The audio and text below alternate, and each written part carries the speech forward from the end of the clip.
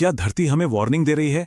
क्या बदलता हुआ मौसम सिर्फ एक प्राकृतिक घटना है या इंसान अपने ही भविष्य को खतरे में डाल रहा है? आज के इस एक्सप्लेनर में हम जानेंगे दुनिया में वेदर अनसर्टेनिटी यानी मौसम की अनिश्चितता का असली सच। अगर हम अंतरिक्ष से अपनी पृथ्वी को देखें ना, तो आज एक बहुत ही खौफनाक तस्वीर सामने आती है। महाद्वीपों पर गहरे काले बादल बन रहे हैं, समंदर के ऊपर भयानक तूफान उठ रहे हैं, अंटार्कटिका में ग्लेशियर टूट के गिर रहे हैं, और दूसरी तरफ इतनी भयानक गर्मी है कि जमीन तक फट रही है। चारों तरफ बस एक ही सवाल है कि आखिर हमारी इस शांत सी पृथ्वी को अचानक हो क्या गया है। ये सवाल वाकई बहुत सीरियस है कि क्या हमारी धरती की ये हालत हमारे लिए कोई चेतावनी है। एक टाइम था जब हम मौसम का अंदाजा काफी हद तक पहले से ही लगा लेते थे, लेकिन आज देखिए, अचानक से 50 डिग्री सेल्सियस वाली झुलसाने वाली गर्मी पड़ रही है और कहीं बिल्कुल बेमौसम इतनी भयंकर बाढ़ आ रही है कि पूरे के पूरे शहर डूब जाते हैं। तो आखिर इन अचानक होने वाले बदलावों के पीछे का मेन रीजन क्या है? चलिए इसे थोड़ा गहराई से समझते हैं। तो सबसे पहले बात करते हैं हमारे इस बदलते हुए मौसम और इस मौसम की अनिश्चितता के बारे में। अब इस वेदर अनसर्टेनिटी का मतलब होता है ऐसे अचानक बदलाव जो हमारे सारे पुराने ऐतिहासिक अनुमानों को पूरी तरह से गलत साबित कर दें। इसका सबसे अच्छा एग्जाम्पल है भारत का मानसून। ऐतिहासिक तौर पर यह एक बहुत ही स्टेबल और भरोसेमंद सिस्टम था। मतलब जून के महीने में इसके आने की भविष्यवाणी लगभग हमेशा एकदम सही होती थी।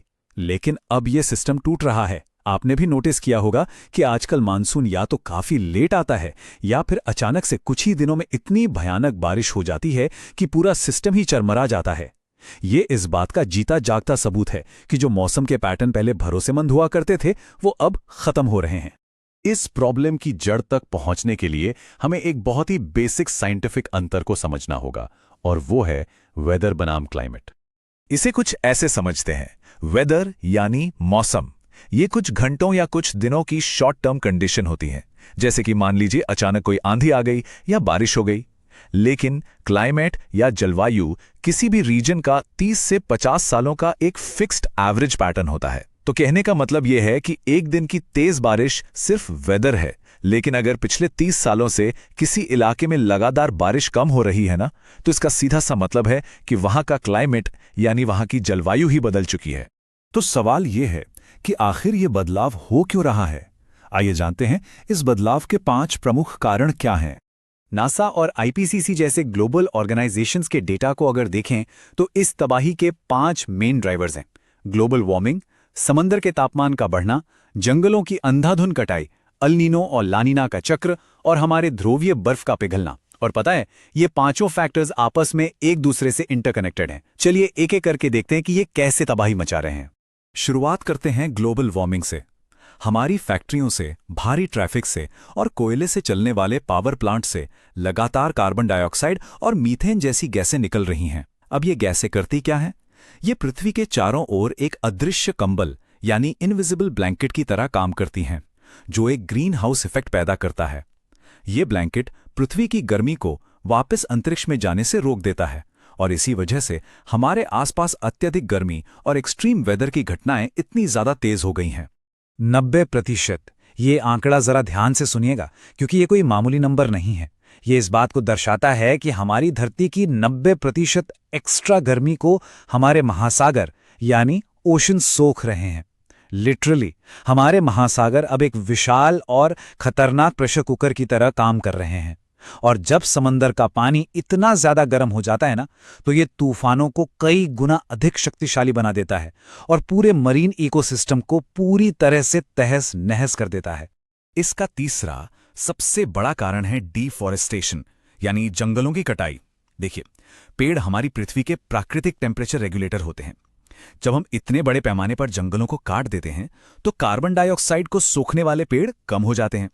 इसका सीधा असर यह होता है कि लोकल टेम्परेचर बहुत तेजी से बढ़ने लगता है और बारिश के वो नेचुरल साइकिल्स बुरी तरह से टूट जाते हैं जो हजारों सालों से बिल्कुल परफेक्ट काम कर रहे थे। अब थोड़ा प्राकृतिक कारणों पर भी आते हैं, जैसे कि अल नीनो और ला नीना। ये प्रशांत महासागर में तापमान के बहुत ही पावरफुल नेचुरल साइकिल्स हैं जो पूरी दुनिया के मौसम के पैटर्न को पूरी तरह बदल कर रख देते हैं। इन्हीं की वजह से दुनिया के एक हिस्से में भयानक सूखा पड़ता है तो दूसरे हिस्से में विनाशकारी तूफान आते हैं। और सबसे डराने वाली बात यह है कि जब ये प्राकृतिक चक्र हम इंसानों की वजह से होने वाले बदलावों के साथ मिल जाते हैं ना, तो तबाही का असर कई गुना बढ़ जाता है। और फिर यहां से शुरू होती है एक बहुत ही खतरनाक चेन रिएक्शन।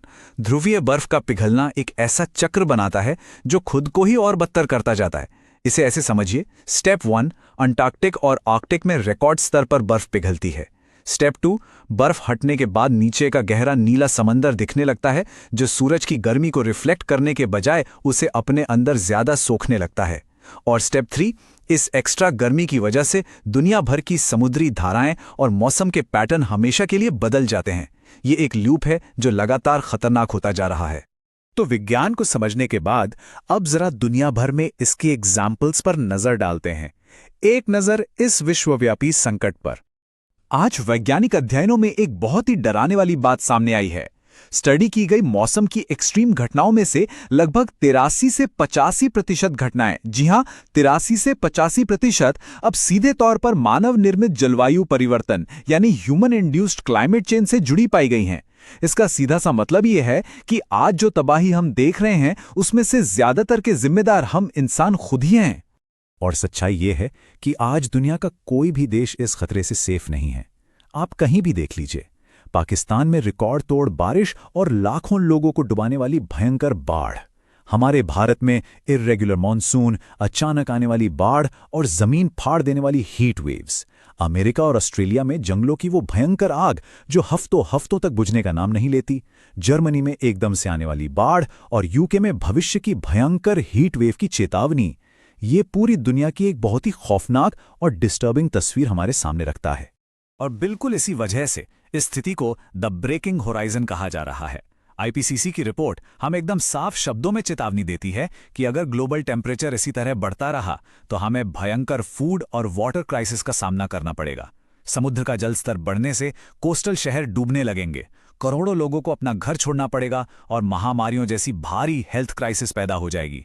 यकीन मानिए, तापमान में जरा सी भी वृद्धि इन सारे खतरों को एक्सपोनेंशियली बढ़ा देती है। लेकिन रुकिए, क्या सब कुछ खत्म हो चुका है? बिल्कुल नहीं।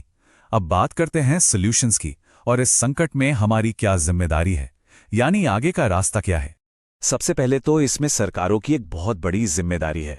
दुनिया भर की सरकारों को जल्द से जल्द कोयले और तेल से दूर हटकर स्वच्छ ऊर्जा यानी क्लीन एनर्जी की तरफ शिफ्ट होना पड़ेगा। बड़े पैमाने पर पेड़ लगाने के अभियान चलाने होंगे। हमारे वाटर मैनेजमेंट सिस्टम को पूरी तरह से अपग्रेड करना होगा।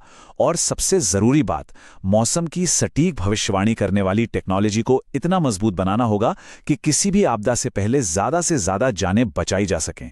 लेकिन सच कहूं तो ये लड़ाई सिर्फ सरकारें अकेले नहीं लड़ सकती। हमें इंडिविजुअल लेवल पर भी काम करना होगा। एक आम नागरिक के तौर पर हमारा ये फर्ज है कि हम अपने आसपास ज्यादा से ज्यादा पेड़ लगाएं, रोजमर्रा की जिंदगी में बिजली बचाएं, प्लास्टिक का इस्तेमाल ना के बराबर कर दें और पानी की एक एक बूंद को बचाएं। सुनने में शायद ये कदम छोटे लगें, लेकिन यही छोटे छोटे कदम मिलकर पूरी दुनिया में एक बहुत बड़ा इम्पैक्ट डाल सकते हैं। इस पूरे विश्लेषण को खत्म करने से पहले मैं आपके साथ एक बहुत ही गहरा विचार शेयर करना चाहता हूं। मौसम सिर्फ बदल नहीं रहा है, यह हमें चेतावनी दे रहा है। अब सवाल ये नहीं है कि बदलाव आ रहा है या नहीं, बल्कि असली सवाल तो ये है कि हम इसके लिए कितने तैयार हैं। तो इस एक्सप्लेनेर के आखिर में मैं एक बहुत ही अहम सवाल छोड़कर जाना चाहता हूं। जरा रुकिए, सोचिए और अपने आसपास के माहौल को देखिए। क्या आपके शहर का मौसम आज भी बिल्कुल वैसा ही है जैसा 10 या 20 साल पहले हुआ करता था, या फिर वो पहले ही बदल चुका है? इस एक सवाल का जवाब ही हम सबका आने वाला भविष्य तय करेगा।